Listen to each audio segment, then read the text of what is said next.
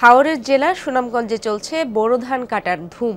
শিলাবৃষ্টি ও ঝড়ের শঙ্কা কাটিয়ে হয়েছে বাম্পার ফলন, তাই কৃষকের মুখ জোড়া হাসি।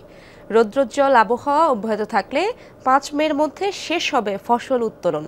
জেলা প্রশাসক জানিয়েছে, ধান কাটা শেষ না হওয়া পর্যন্ত ফসল রক্ষা বাঁধের তদারকি চলবে। 100% কপার কন্ডেন্সারে তৈরি ভিশন ফ্রিজ, তাই গুণে মানে অটুট থাকে বছরের পর বছর।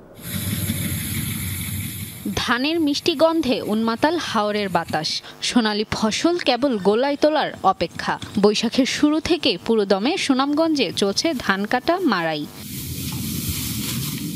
বোরো ধানের ভাণ্ডার সুনামগঞ্জ, তবে এবার চৈত্রের শেষে ব্যাপক শিলাবৃষ্টি আর ঝড়ের শঙ্কায় ছিলেন কৃষকরা। শঙ্কা কাটিয়ে বাম্পার ফলন হওয়ায় চোখে খুশির ঝিলিক। হাসি মুখে চলছে ফসল উত্তোলন। কৃষকদের পাশাপাশি ধান কাটছে 850 কম্বাইন্ড হারভেস্টার। ফসল এবার ভালো হয়েছে, যাই হোক একটা আতঙ্কের মধ্যে আমরা ছিলাম, যেমন শিলাবৃষ্টি, ঘূর্ণিঝড়। আমরা আজকে 10-12 দিন ধরে কাটতেছি, আরো মনে করুন 10-12 দিন কাটতে পারবাম, আমরা শেষ কাটা বৈশাখী। ওরা উগলে দিন থাকে তেমন করে পানি খাঞ্জি আগে ফসল দিয়ে কাটা শেষ হয়ে যাব।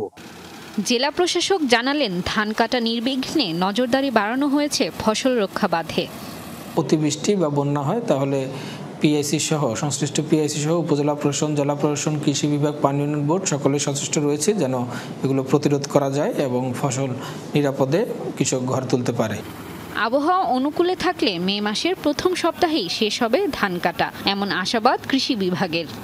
আমরা আশা করছি চাষিরা যদি, কৃষকরা যদি তাদের ধান সম্পূর্ণভাবে কর্তন করতে পারে, আমাদের যে লক্ষ্যমাত্রা, এই লক্ষ্যমাত্রার চেয়ে আমরা বেশি উৎপাদন পাবো বলে আমি মনে করি।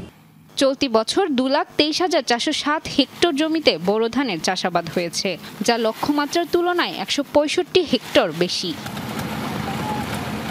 রাফিকাতুন নিসা, যমুনা নিউজ।